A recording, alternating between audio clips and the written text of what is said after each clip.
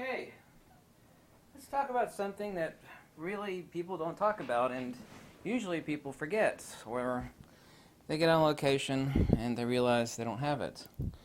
This stuff is vitally important. There's kind of been a sick mental disease that, new camera technology, and it has gotten better, of course, with post-sensor signal processing, that, if you don't have enough light, that you could just crank up the ISO and take the shot.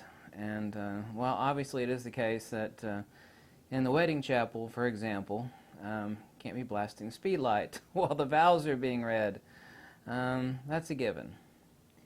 What about the fact that, as I've stated before many times, I can take much better shots with a crappy lens and awesome lighting than I can a really awesome lens and crappy lighting. I have obviously said that there's really no such thing as bad lighting, there's only bad photographers, but it is also true that color saturation and grabbing the shot with you being a master of light, because one thing that makes a professional photographer is an expert in composition and light manipulation. Not only manipulation of how to work with ambient light, but how to work with the light that you bring to the scene. And the one thing that is absolutely vital and binary to that lighting is your battery packs. Now obviously, like ENL15 batteries for basically all the Nikon series except for like the D3, D4, D5, these are lithium-ion packs. They're $50 a piece. I literally wrote the article for Apple on how to take care of your MacBook Pro and how to take care of your MacBook Air. I did a lot of research and I consulted some of the best experts in the world and really condensed it down, and I kept condensing it further and further just to make it into a nutshell, because nobody wants to remember a bunch of huge garbage. And so I wrote this for Apple, and it's still on their website on how to take care of your MacBook Pro and your MacBook Air. And a lithium battery is a lithium battery. There are a few variations, but they all work underneath the same premise. We're not talking about the nickel metal hydride packs right here we're talking about, but the actual battery packs that you use. They kind of are like a person in a way, and it's the easiest way to think of how to take care of them. And they don't like deep discharges. Now, there's a second aspect and a third aspect. Rapid discharges is not applicable. If you got to get the shots, you got to get the shots. If you need to rapidly discharge your ENL15 battery on your Nikon, so what? It's about getting the pictures. So that level of abuse is a given. It cannot be, circumvented. Number third, constant inflation. If you're going to run, and obviously you don't want to have a half charge on a battery pack, so if you're going to be leaving out of the house, you don't want to have to charge your battery pack, and people are always constantly keeping their lithium batteries inflated on their camera. That's understandable, but you don't have to keep all of them inflated, meaning sitting at 80-90% all the time. Lithium-ion batteries will degrade at a rate of 30% faster if you do that. That's undeniable. The best lithium-ion battery experts that I consulted for writing the article for Apple agree on that point. They collectively agree, so I actually put that in the Apple article. And it's also applicable to your batteries. If you need to keep a primary set and a backup set fully inflated, fine. The batteries are $48 a piece. No big deal. What they don't like, the really only two important premises, is that you don't want to keep all your batteries sitting at 100%. Lithium-ion batteries do not like that.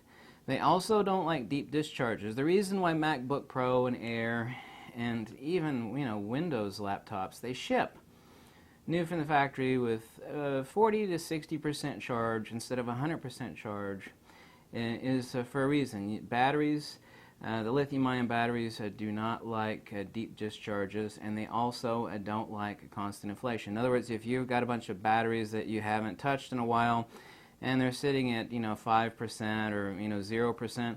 It is the case now, for example, like the Nikon D3. That battery, while Nikon still makes them new, they don't sell many of them, and it's a really expensive battery. And if you were to go to buy one, a brand new one, a real factory one, because it's been sitting on the shelf for so long, maybe a year or more, it's been sitting at basically 5% or less. And it means that while you bought that brand new battery, and this is an undeniable fact, and it's a lithium battery, the cells inside are Japanese lithium, it doesn't hold a good charge because the battery has been sitting on that shelf for a long time and it's been sitting dead. This is what lithium batteries definitely don't like. So Well, it's important not to, you're not sitting there measuring your batteries all the time. You just want to keep them floating around between 40 and 70% for the maximum longevity. You know, every penny counts. Well, waste not, want not. I don't know, some people don't follow that anymore. They just figure, I'll go out and buy a new set of batteries when I need to hell with that. I've had people tell me that before. If you're loaded with money, that's fine. But if you can make your batteries live about 30-40% longer, then do what I said. That is, don't keep them constantly inflated except for your working set if you need to grab the camera and run out and take shots. And do not, absolutely do not let them sit there dead or nearly dead, because when you let a lithium-ion battery sit there dead or nearly dead, then you are actually killing it in true. Let's go on to some battery options, and this is the stuff that people don't think of. They think, well, I got to have some speedlights, and they don't think of power.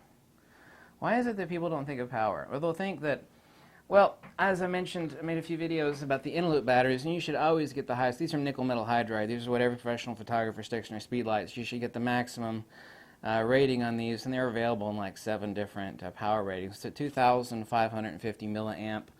Get about a dozen of these. They're useful for your remote controls. They're used for everything in your house, including your speedlights. They're pretty damn cheap. A pack like this, a 4-pack, will run you like $19. They're incredible.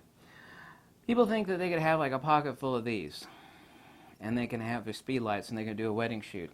And the truth is you can't, because when you need to pop off the shots, while these are incredible batteries, and you can have a pocket full of batteries, your flash needs a recycle time, and it has an issue with overheating. I don't care what flash it is you got. If you're gonna sit there and pop off a bunch of shots like you need to, you have to have external power.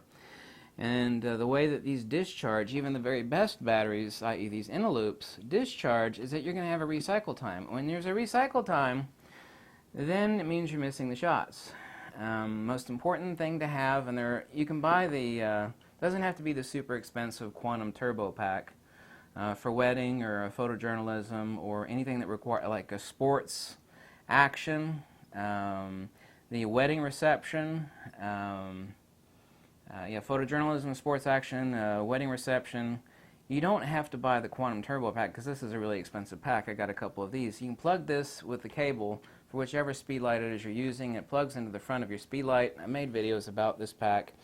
You drape it over your shoulder like a purse, basically. It goes from a cable to here. You can also power your camera off of this, or you can power your laptop off of this, but you have to buy special cable adapters for that, and plug it into your speedlight. So you can sit there and blast, and you're not going to miss the shots. You got to have the power. The recycle time, even on the best in-loop batteries, is not sufficient enough. It's not sufficient enough. If you don't want to buy the expensive quantum turbo pack, you can buy the Photox packs, which are a lot less money. There is nothing that's even close to these. There is things that, like the Photox packs and the other packs, that do the same thing for less money. But they don't have the customer service. They don't have basically the near-free repair policy. They don't have the durability or the reliability as the quantum packs. There's the quantum packs, and there's basically nothing else. But unfortunately, you do pay for that. A lot of people think a studio strobe is only for studio work. And let's be honest, even though I've got a mountain of speedlights, a speedlight is not going to cut it when it comes to a studio strobe. I don't know if you can see it over my shoulder here. I got more than a few studio strobes. You want to go on location, and you want to throw it back up, or and toss some power, or you've got you want to illuminate, let's say a 16 millimeter wide shot with a group in dusk. I mean, you could have a bag full of speedlights and 100 Panasonic in-loop batteries, and it isn't going to cover it. All you're going to have is a bunch of little hot spots. You can't take a wide-angle group shot. Well, how are you going to do that? You're taking a group shot in the back of someone's barn. Power means that you're getting the shots that your average goof with the camera and a speedlight or two is not going to be able to get. They can't do that. So when you have a studio strobe and you actually have some power like this is a lithium-ion pack too, by the way. It's a Vagabond. You can also power more than one studio strobe with one of these. I got a couple of these Vagabond mini packs. It's a standard wall plug that plugs into your studio strobe. You can get about full power blast, 640 watt seconds, which is a lot of power. You can get about 400 shots off of one of these running 2 studio strobes. That's a lot of power. That's enough to illuminate a basketball team at a 20 millimeter lens, and you know, however many people are on a basketball team on the side of a barn in late dusk. Most people can't do that. They don't know how to use a light meter. They don't have the studio strobes, nor do they have the power. It's like, well, you know, what good is the studio strobe? And how are you going to take a group shot? Most people don't have a studio wide enough to accommodate, you know, like a family setting, you know, a pile of people, you know, a basketball team, just, you know, or wide-angle group shots or wide-angle portraiture. They don't have the ability to do that. You're going to have to do it outside somewhere. And if you're going to pop on the wide-angle lens, you're not going to be able to use forced speed lights unless you want to do selective illumination and be able to control the light. You have to have battery power. You know, maybe you think you're going to run, maybe you're going to stick a couple 100-foot extension cords in the back of your car and then run it up that. That doesn't work either. It's not practical. People are going to look at you like you're a goof and a moron, like, you know, you don't know what you're doing. You have to have the power on location. Now, these are, I think currently the price on them is $240. This one also fits over my shoulder. I use it with my ring light, and I'll just hang this on the light stand for my Einstein studio strobes. And I'm able to hook 2 Einsteins into this, and maximum output at the same time of 640 watt seconds. This is an 8.8 amp hour lithium-ion pack. Puts out a lot of power. You know, when you're able to get the shots that other people can't do, then this thing pays for itself in 1/4 of one shot, one shoot that you've done. You know, $240. You want to be able to do what other people can't do. You need the skills to be able to do it, obviously so. Either train yourself or learn how to do it, but you need to be able to have the equipment to do it. While you can bring the light, you need to be able to bring the power. You know, I can say I've got the best lighting in the world, and I got a lot of it as far as studio strobes are concerned, but if I can't bring the power, you know, if I'm a slave to the damn wall outlets in a house, then what the hell, you know, my spectrum of usage of those awesome studio strobes has gone from this to this. With a nice lithium pack like this, you can hook your studio strobes. It drops some serious power, you know, up to 2 times instantaneous 640 watt seconds, for example. Your spectrum of usage for your studio strobes has gone from this to this, and that means your spectrum of what you can actually do for a client, a corporate gig. Typical hardcore, fast, easy money is a corporate client wants you to take a group picture, and this happens all the time. A group picture out inside of the front of their building, dusk, you know, early morning. You're not going to do it with the 3 or 4 speed lights. You got to bring, and you're going to say, well, you know, I got a 100-foot extension cord here. We're not, you know, that doesn't work, and that's going to piss away time. It's going to piss your client off. You got to be able to not only bring the lighting, but you have to be able to bring the power for that lighting. Big lighting requires big power. This is not that big, and it's not that expensive, but it will power the big lighting. So, anyway, that's something to think about.